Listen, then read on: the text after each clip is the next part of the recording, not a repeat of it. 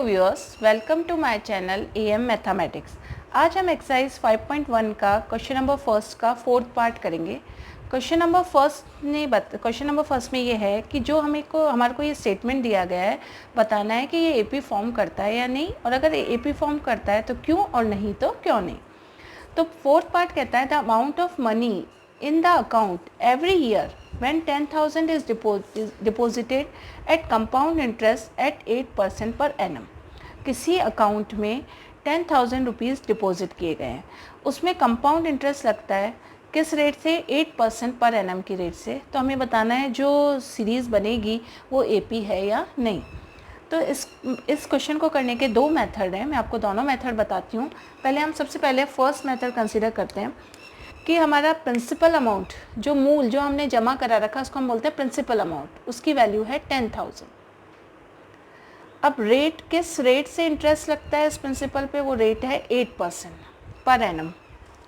Per annum मतलब per year, हर साल 8% की रेट से होता है। अब हमें इसमें कौन सा इंटरेस्ट दे रखा है, इसमें इंटरेस्ट किस टाइप का लग रहा है, कंपाउंड इंटरेस्ट। कंपाउंड इंटरेस्ट क्या कर सकते हैं हम, एक फॉर्मूले से भी निकाल सकते हैं, और अगर आपको फॉर्मूला ध्यान नहीं रहता है तो एक सिंपल मेथड है, उससे भी हम इस क्वेश्चन को सॉल्व कर सकते हैं। पहले मैं सिंपल मेथड से करवाती हूँ आपको। किसी भी, अब अगर हम माने कि जो हमारा प्रिंसिपल है, तो पहले जो अमाउंट है प्रिंसिपल उसको P1 से रिप्रेजेंट कर लेते हैं और उसकी वैल्यू है 10,000 रुपीज़।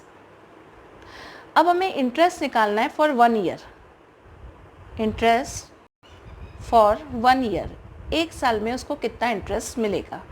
तो इंटरेस्ट को सिंपल तरीके से करें तो हम इस फॉर्मूले से कर लेते हैं। सिंपल इंटरेस्ट का जो होता है PRT/100। सिंपल इंटरेस्ट और कंपाउंड इंटरेस्ट में एक ही अंतर होता है, सिंपल इंटरेस्ट में ये प्रिंसिपल हर साल के लिए, जितने साल आपने इंटरेस्ट चाहिए उसके लिए प्रिंसिपल सेम रहता है, जबकि कंपाउंड इंटरेस्ट में ये इंटरेस्ट चेंज होता जाता है, सॉरी ये प्रिंसिपल चेंज होता जाता है, जो इंटरेस्ट आया वो इस प्रिंसिपल में जुड़ता रहता है।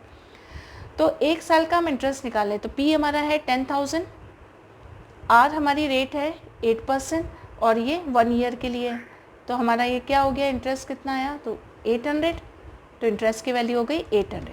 तो हमारा नया प्रिंसिपल, जो न्यू प्रिंसिपल हो गया P2, उसकी वैल्यू क्या हो गई, 10,000 तो था ही था।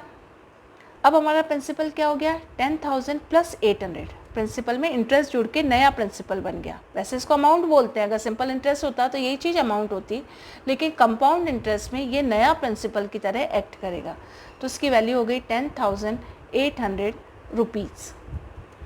तो हमारी प्रिंसिपल की पहली वैल्यू तो ये आई, इसको हम इसलिए अंडरलाइन कर रहे हैं कि फिर ये सीरीज़ बनेगी इनसे। तो P1 की वैल्यू ये आ गई और P2 की वैल्यू ये आ गई।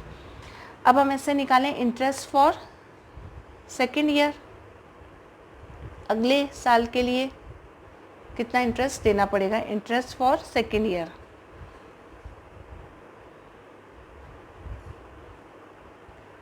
वही फॉर्मूला PRT/100। P अब अपना यहाँ पे हो जाएगा 10,800, रेट ऑफ इंटरेस्ट 80 चली, 1 ईयर के, एक साल का तो निकाल ही लिया हमने, फिर नेक्स्ट ईयर का निकाल रहे हैं तो 1 ही रहेगा, और इसको 100 से डिवाइड करते हैं। ये अपना कैंसिल हो गया, ये हो गया 864 रुपीज़, इसकी वैल्यू आ गई 864। तो अब अपना नया प्रिंसिपल अमाउंट क्या आ गया, P3 क्या हो गया, जो P2 था उसमें कितना ऐड हो जाएगा, 864। तो 10,800 प्लस 864 इसमें हमने ऐड कर दिया, तो इसकी वैल्यू आ गई हमारी ऐड करने पे 11,664 रुपीज़। तो ये हमारी P3 की वैल्यू आ गई। अब ये वैसे 3 वैल्यूज सफिशिएंट है। अब नेक्स्ट ईयर, थर्ड ईयर के लिए निकालना है तो एक और कर लेंगे। अब हमने ये प्रिंसिपल्स यहाँ पे लिख लिए। अब ये हमारी फर्स्ट टर्म हो गई, यानी ये वाली तो हमारी हो गई A1, ये हमारी हो गई सेकेंड टर्म A2, ये हो गई हमारी A3। अब हम देखेंगे कि ये AP है या नहीं, उसके लिए कॉमन डिफरेंस निकालेंगे। तो कॉमन डिफरेंस D = होता है A2 माइनस A1। तो उसको निकाला 10,800 माइनस 10,000, तो वैल्यू आई 800 रुपीज़। अब D निकालेंगे A3 माइनस A2 करके, तो ये हुआ 11,664 माइनस 10,800, तो इसकी वैल्यू आ गई 864 रुपीज़। तो हम यहाँ देख रहे हैं D इज़ नॉट सेम, तो ये AP फॉर्म नहीं होगी। तो हमारा आंसर क्या होगा? No it is not AP,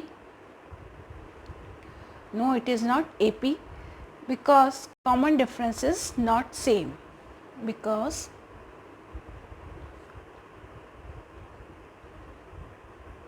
common difference is not same। ये इसका आंसर हो गया।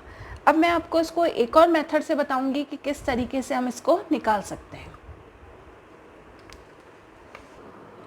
अब हम इसी क्वेश्चन को एक दूसरे मेथड से सॉल्व करते हैं। अगर आपको वो समझ में आता है तो उससे कर लीजिए, क्योंकि इसमें क्या है, डायरेक्ट फार्मूला लगाएंगे। हम जानते हैं कंपाउंड इंटरेस्ट के लिए जो फार्मूला लगता है वो होता है, कंपाउंड इंटरेस्ट में अमाउंट निकालने का क्या जो फार्मूला है वो क्या है कि कंपाउंड इंटरेस्ट के अंदर amount is equals to principal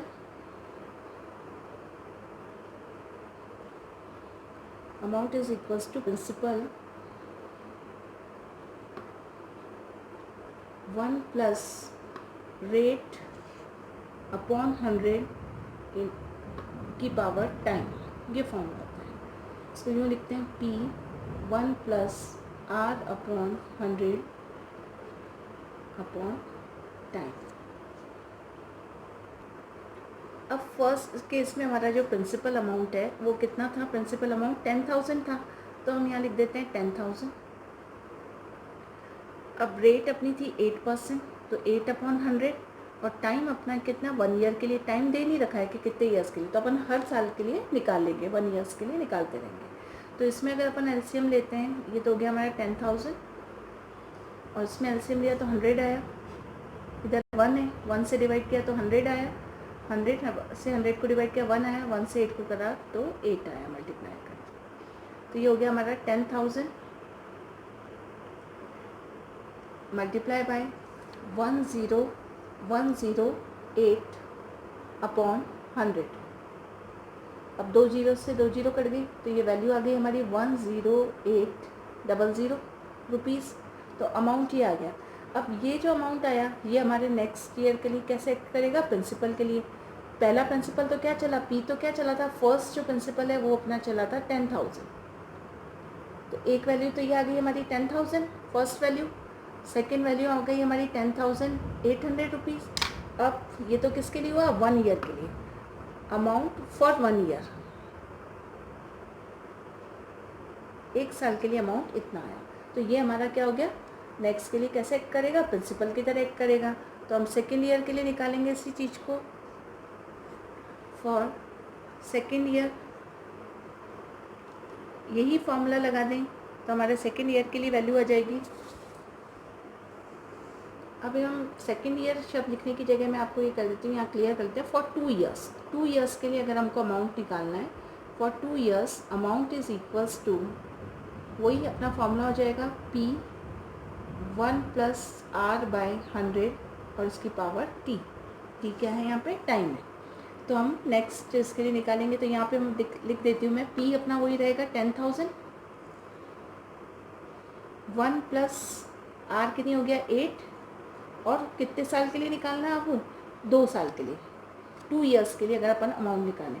तो अगर हम इसको सिंप्लीफाई करेंगे तो ये हमारा आ जाएगा 10,000, अंदर एलसीएम लिया तो ये आया 108 अपॉन 100, तो हम यहाँ लिख देंगे 108 अपॉन 100 और इनकी पावर क्या लिख देंगे? 2।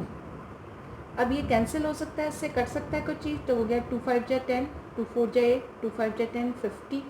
अब ये फिर कटा, 2 2 जा 4, 2 7 जा 14, ये हो गया 25। तो हमारा अमाउंट कितना बचा? 10,000। 27 का स्क्वायर है तो 27 2 बार लिख देंगे, और 25 2 बार लिख देंगे। अब हम इसको सिंप्लीफाई कर लेंगे तो 25 से ये कट जाएगा अपना, 25 4 जा हमको पता है 100 होते हैं, और ये 2 जीरो हो गई, तो ये 400, 27 इंटू 27 25। फिर इसको 5 से काट देंगे तो ये हो जाएगा 5 5 जा 25, 5 8 जा 40, और ये 80 हो गया, 5 1 जा 5, और ये इधर 3 गया तो 5 6 जा 30। तो हमारा क्या बचा? 27 इंटू 27 इंटू 16। तो इसको जब मल्टीप्लाई करते हैं तो ये आ जाता है हमारा 11,664 रुपीज़, यानी सेकेंड ईयर का अमाउंट भी आ गया। तो 3 वैल्यू आ गई अमाउंट की हमारे पास। अब हम इनको लिख लेते हैं एक सीरीज़ की फॉर्म में। अब हमने जो तीनों अमाउंट आ गए वो लिख लिए। स्टार्टिंग में हमारा था 10,000, उसके बाद हमारा अमाउंट आया 10,800, उसके बाद हमारा अमाउंट आया 11,664। तो ये हमारी एक सीरीज़ बनी। अब हमको चेक करना है ये AP है या नहीं। तो अभी आप देख रहे हैं कि जो फर्स्ट मेथड में सीरीज़ बनी थी सेम ये वो की हुई है, तो हम उसी मेथड से करेंगे कि इसको फर्स्ट टर्म को मान लेंगे। फर्स्ट टर्म क्या कहलाती है? A1, सेकेंड टर्म होती है A2, थर्ड टर्म होती है हमारी A3। तो हम कॉमन डिफरेंस कैसे निकालते हैं? A2 minus A1। तो ये करा हमने 10,800 माइनस 10,000 माइनस किया तो हमारा कितना आया? 800 आ गया। अब सेकंड केस में A3 माइनस A2 करेंगे तो ये आया 11,664 माइनस 10,800। तो ये माइनस करने पे आया हमारा 864। यहाँ हम देखते हैं कॉमन डिफरेंस सेम नहीं है, ये दोनों अलग अलग है। तो हम क्या कहेंगे? No it is not AP, नो it is not AP because common difference